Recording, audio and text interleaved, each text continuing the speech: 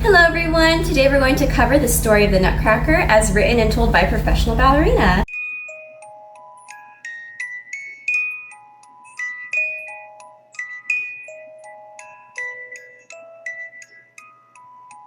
Hello and welcome to my channel. My name is Olivia and I'm a lifelong ballerina and classical musician.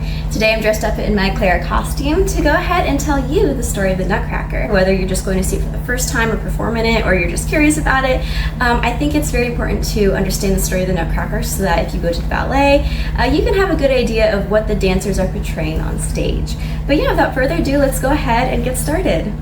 Okay, so here we are around chapter 3, the Nutcracker. The Nutcracker begins on a snowy eve in Germany in the mid-1800s. The Stahlbaum family is hosting a grand party to celebrate the holiday, and all their neighbors are invited. Clara and Fritz Stahlbaum excitedly await the arrival of their friends, while also looking forward to presents and sweets, especially their favorite treat, sugar plums. Party guests begin to trickle in, everyone dressed in their best attire. Clara and her friends admire each other's party dresses and elegant satin hair bows, while Fritz and his buddies run about with enthusiasm near the Christmas tree. Soon after, all the guests dance together and visit, happily chatting about their holiday plans. Not long after, the family's grandmother clock strikes 8 and a mysterious guest appears. It is a man wearing an oddly shaped hat and long cloak, his outfit decorated in shiny purple embellishments. The stranger proceeds to bring in several giant gift boxes. The children gasp in awe at the sight of the fancifully wrapped parcels, so large that they barely fit through the doorway. The strange guest then removes his hat and cloak to reveal that he is none other than Herr Drosselmeyer, Clara's godfather and a talented craftsman who specializes in building clocks and toys. Drosselmeyer calls for everyone to gather around as he has prepared some entertainment for the partygoers. He quickly sets up a puppet show for the children, which features a short play about a prince and a princess in love. One day, a scary creature called the Mouse King appears before the couple and threatens to take the princess away with him.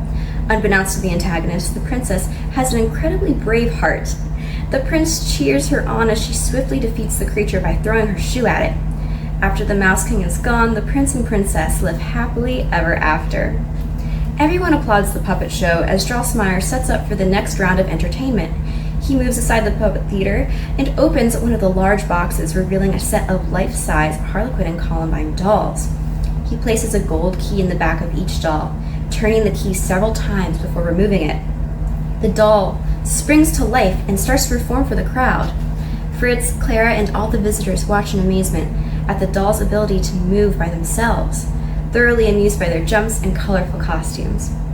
After the pair of dolls finish their routine, Drosselmeyer returns to their boxes and opens the next package. He then uses the gold key and places another life-size doll at the center of the room. This time, the doll looks like a real ballerina. The doll starts to perform for everyone, but abruptly comes to a halt. Drosselmeyer laughs and quickly uses the gold key to wind her up once more. She then continues dancing, moving much more gracefully compared to the previous pair of dolls.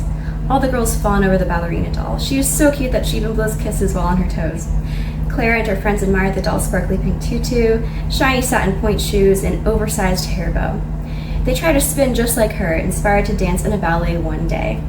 After twirling gracefully, the ballerina doll finishes her last pirouette and goes back to being motionless. Drosselmeyer tells the crowd that there is still one more show as he opens one last gift box. All the boys cheer at the sight of a large toy soldier dressed in a bright red outfit. Drosselmeyer winds up the soldier like the other dolls. It then puts on an energetic and action-filled performance. The toy leaps around the room, achieving great heights that astonish the party guests, both young and old. After the soldier finishes dancing, the children hurry to the Christmas tree to open presents, while the young guests play with their new dolls and musical instruments. Clara thanks Drosselmeyer for the lovely show. Delighted, Drosselmeyer gives Clara a special gift, a wooden nutcracker dressed like a soldier. Clara is enamored with her new present, preferring to play with it instead of one of her dolls. Fascinated, she carefully studies the lever in its back, which connects to its jaw, learning how the nutcracker's pieces function together.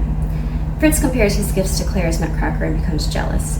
He decides to persuade some of the boys to cause a scene with their new presents, hoping his sister's fun will be interrupted in the process. The troublemakers run over to where the girls are sitting and loudly play their new drums and bugles. Taking things a step further, Fritz grabs the nutcracker from Clara and breaks its arm off. Clara becomes devastated at the sight of her new nutcracker broken in 2 pieces. Thankfully, Drosselmeyer tells her not to worry as he can fix it. He uses a scarf to wrap a sling around the Nutcracker's arm. He then instructs Clara to simply leave it under the tree for the night. After a bit more mingling and merriment, the festivities end. The Stahlbaum children are put to bed by their nanny, but while Fritz sleeps soundly, Clara cannot sleep. Dressed in her long white nightgown, Clara tiptoes out from her room and goes to check on her Nutcracker. She reaches the foot of the Christmas tree and feels better after seeing that the toy is still there. Sleepy and calmed by the scent of the fir tree, she soon falls asleep right next to the Nutcracker on the tree's decorative skirt. Soon after, the family's grandmother clock strikes midnight. The many chimes jolt Clara from her slumber, and she looks in disbelief at the world around her, unsure if she is truly awake or still dreaming. Not only is she the same height as the Nutcracker, but there's also a battle happening in her family's living room. Right in front of Clara, greedy mice and brave toy soldiers fight with one another. A monstrous figure steps out of the shadows. It is a towering gray mouse with a fancy red coat and crown. Clara is shocked. The creature looks just like the Mouse King character from the puppet show. The Mouse King approaches Clara, but her Nutcracker rushes to fight him off. Unfortunately, he is still wounded, and it is difficult for him to move with one arm in the sling. The Nutcracker is almost overpowered, but Clara throws her slipper at the Mouse King to distract the foe. This provides enough time for the Nutcracker to swoop in and defeat the enemy once and for all.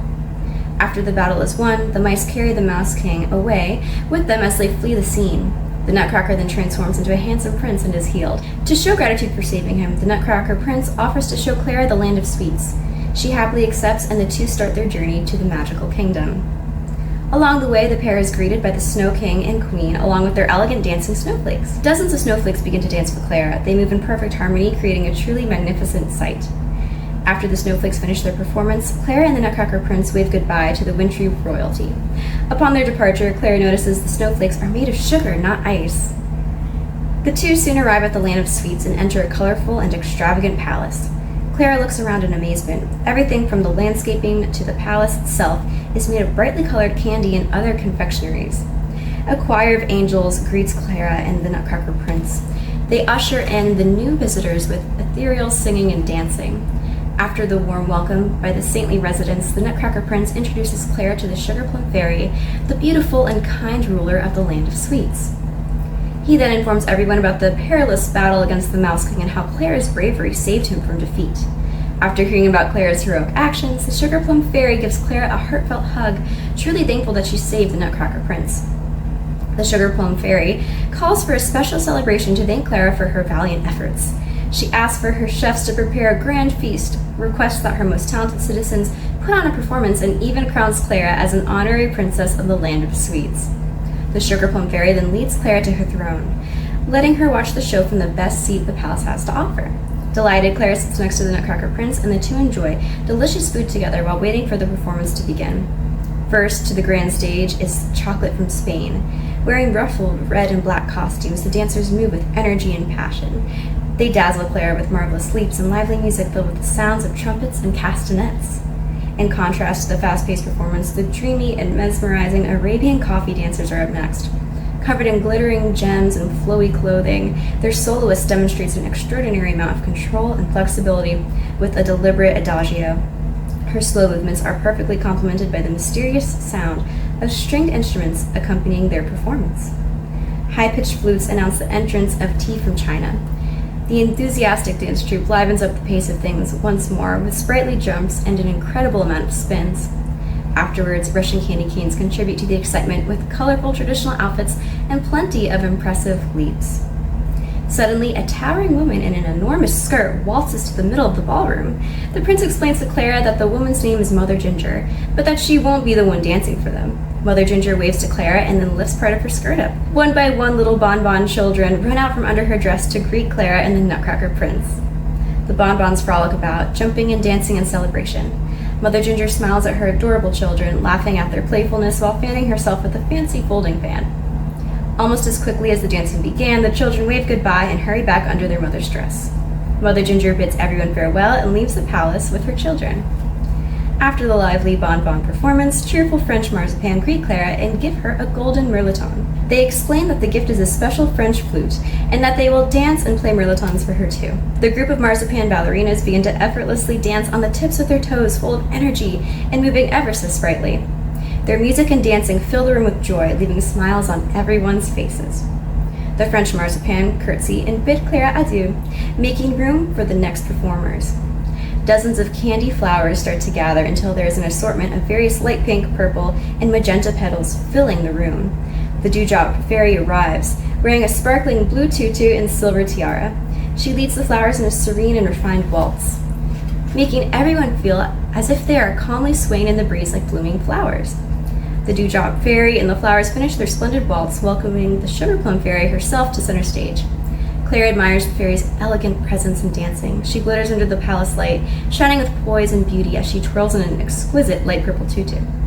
The sugar plum fairy then beckons for her cavalier to join. The two then dance a most lovely pas de deux. The pair showcase countless spins, magnificent lifts, and true emotion in their movements. Their performance sparks awe and wonder in everyone watching. After the beautiful dancing ends, the sugar plum fairy requests a magic sleigh for Clara and the Nutcracker prince. Clara thanks everyone for the wonderful time she had and says goodbye to the kind residents of the Land of Sweets. Magic reindeer take flight along with the sleigh, and Clara waves to the crowd as she departs on her journey home. Clara wakes up under the Christmas tree to find herself back to her normal size, holding the wooden nutcracker in her hands. She notices that his sling is off and that his arm is fixed.